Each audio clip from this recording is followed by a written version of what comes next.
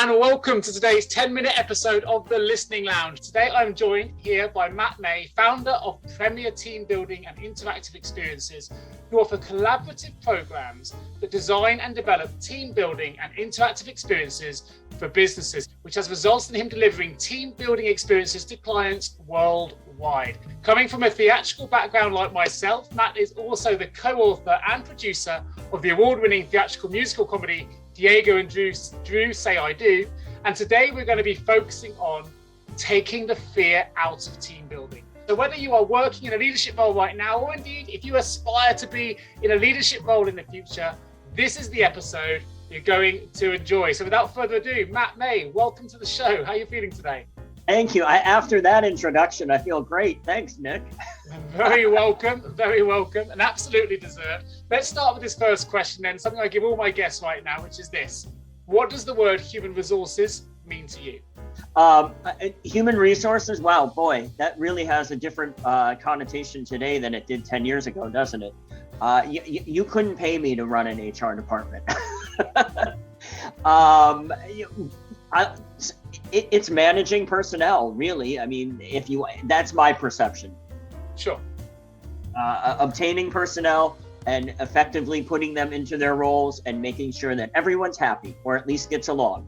And this is something that you've got a lot of expertise in, right? We're going to talk a lot about teams today, making sure people do get along, building good morale. So let's focus on the first bit, which I thought was quite interesting when I came across your book, when I came across yourself, all about team building, which for me has quite a negative connotation. If sometimes someone says to me, Nick, you've got to lead a team building exercise for your team here at JJ Recruitment. I'm like, now I feel anxious. Now I've got to prepare something that's engaging, exciting, relevant. So, this must be something you come across all the time. So what do we do about I guess that negative connotation is often associated with the words team building. Right. And why do people have it? I don't know. Well, I do know. I did a big survey this past summer and I put it in my book. And it's a short book, just so everyone knows. It's not 500 pages. It's literally 55 pages of narrative. It's a quick read. So I wanted to know what do people think? And some of the replies I got were absolutely hilarious. Ugh, roll my eyes so far they hurt. Hell is real. I don't know if I can say that. Hell is real. Shoot me now. I mean, people have very strong negative opinions, unfortunately, and they're more prevalent than the positive opinions. Why? My guess is because people, for the most part, have not experienced effective, positive, collaborative team building programs. How do you do that? Well, I'm totally going to throw you under the bus now and put you on the spot. You said somebody tells you got to come up with a team building program and you get anxious. Well, don't. There's no reason. First thing to do, don't try to do it yourself. If you don't have a comfort level and you don't have excessive experience, don't try to put it together, because that's one of the reasons people have, and I'm not saying you specifically, Nick Day, have put out bad team building experiences, but people have experienced ones where people throw it together, or they're not passionate about it, or they're apprehensive, or they don't know how to really produce a full experience that is positive. That's why I think people have such a negative opinion of the word or words team building.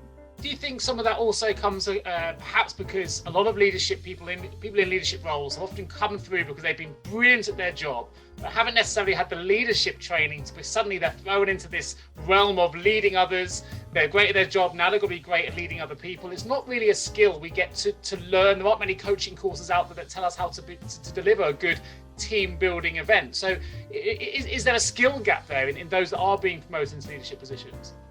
Yeah, hire professionals. That's the best skill you can do. Sure. And I talk about that, not whether it's me or someone else. Hire people who do this on a daily basis. Why? Many, many reasons. First of all, I'm going to tell a quick story. I had a client a few years ago who reached out to me. I said, oh yeah, I spoke with your colleague 6 months ago. We couldn't make it work because it was the time crunch and the money and yada, yada. But I'm so glad you're here now. How did that one go? And she said, we produced it ourselves. And I said, and how did it go? And she said, never again. And I said, why? And she said, it is way too much work. It is. It's a lot of work. But if you get somebody who knows what they're doing and does it on a daily basis, they've already got the structure in place, right? And you brought up leadership. When I lead, and I use that term loosely, when I facilitate a team building program, I don't see myself as a leader. When people ask me what do I do as far as my work is concerned, I say I put people who may or may not work together on a daily basis in a room together, give them common challenges, common goals, and let them organically create relationships. Okay, nice. So that's what it's about. And in doing so, you are going to have people who are maybe stronger leaders take on leadership, and I use air quotes there, roles within the group. And you're going to have people who maybe are followers doing that. But it also could completely switch, because oftentimes somebody who is seen or normally takes a back seat is going to say, everything you've said works. However, what if we do it this way? And then these natural born leaders oftentimes go, oh my gosh, yes, that totally is it. So the roles are switched and intertwined often. So leadership does not necessarily, in this instance, come from training, though I totally understand what you're saying. So using that example, you must have a lot of sort of mic drop eureka moments that happen in these sessions that you're having. So how do you go about creating a positive team building experience for everybody? What are the steps you should recommend? Well, they're all in my book, chapter by chapter, but to summarize a couple of them, one of the things I would say is make sure people feel safe. When people don't feel safe, they're apprehensive. Safety can be so many different things right now. Is it being in an enclosed space where people are still fearful of COVID? Is it doing something that they do? Okay, so let me back up. So many people often think team building is ziplining, whitewater rafting, paintball, or sitting and listening to PowerPoint presentations using slideshows. I don't do any of that. Well, role play. Role play is another one that builds anxiety, right? Role play and trust falls. The trust falls. Oy. So what I do is I make it fun. So you forget that you're quote unquote team building, right? So make it fun. That's one thing. Keep it safe. So many people always want to say, hey, we're wrapping up a 3-day conference. We want to wrap it up and do a team building program and send people on their way. Okay, sure. Wait, why do you have hesitation, Matt? Well, this is a group of 500 people coming from all over the globe, right? Yes. They're all salespeople, right? Yes. Some of them have never met each other. Yeah, most of them haven't. Okay, so why do you want to do this at the end? Do it at the beginning. Do it after breakfast the first morning, after your morning keynote speaker. Why? Because if you're putting people in teams of 10, you have 50 clusters and they all know immediately 9 other people. So they're not, and now salespeople, maybe it's a bad example because they're usually boisterous and will go and talk to, a chimpanzee if that's all that's in the room. So, but you get my point is you automatically have connections with 9 other people. Gold medals. We award medals to the winning team because competition is fun. It's light competition. Again, I'm not talking about paintball trying to quote unquote kill people. Light, fun competition. As human beings, we love to win stuff, right? What do we get from an early age in school? We do good work and we are awarded with good grades. May not be the same in the UK versus the US versus Japan, but it's the structure. You're still awarding grades for positive good work. Over in the US, hello, what's the mother of the prize?